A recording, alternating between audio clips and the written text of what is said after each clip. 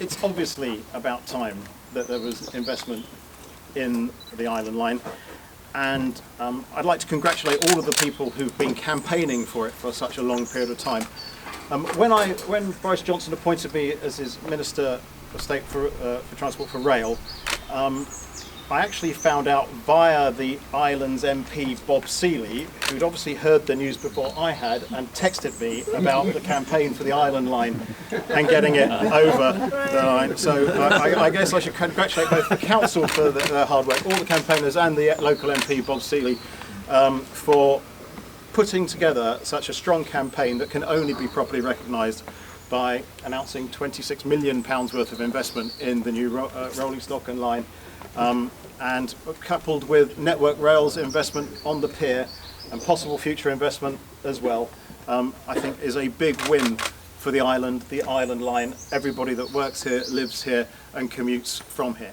In keeping with tradition and the constraints of Island Line's infrastructure, we've chosen to replace them with Viva Rail's Class 484 trains.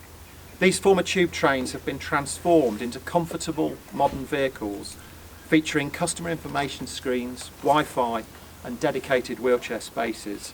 They'll be more spacious, have modern interiors, and our conductors will be able to pass easily between carriages to sell tickets and help customers.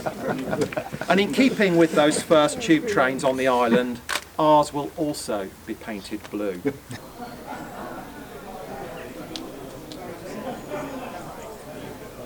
Chris, tell us about this announcement and what it means for the Isle of Wight. Well, it's a £26 million investment in new rolling stock, new rail, a loop here at this particular station, so you get passing traffic. So the rolling stock's going to be, it sounds fantastic. It's being built at this current point in time, Wi-Fi, plugs at seats, the sort of thing that you would expect on a modern day railway. And so £26 million buys you quite a lot on this rail. And do you think there'll be further investment in the transport of the Isle of Wight in general, or for now is it just the rail that's the focus? Well, no. I mean, so certainly there's Network Rail are actually spending £25 million on redevelopment of the pier. There's bids in to try and get a cycle and walkway in between the rail and where the cars and pedestrians currently pass at Rye Pier. So just in that part of the island, there's quite a lot of plans for the future, bids into government, and this sort of money, the £26 million now, the 25 from Network Rail, help build into the fact that you've got an evidence base as to why you need these things. And moving away from rail slightly, we'll just touch on ferries. I'm sure you're aware of the ferry situation on the Isle of Wight, and where do you see things going with that over the next, say, 12 months? Well, I was very lucky to come across on the new hybrid ferry. Whitelink have invested £45 million in a new ferry. They see a really positive future. We want to make it all connected, essentially. We want to connect up everything properly. So the investment in the rail here makes the connections to the ferry work properly.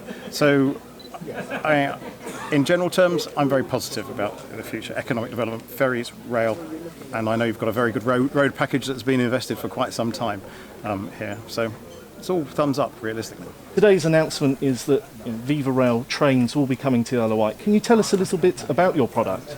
Yeah. We set the company up about 4 years ago. The intention is to build trains with zero or very low emissions.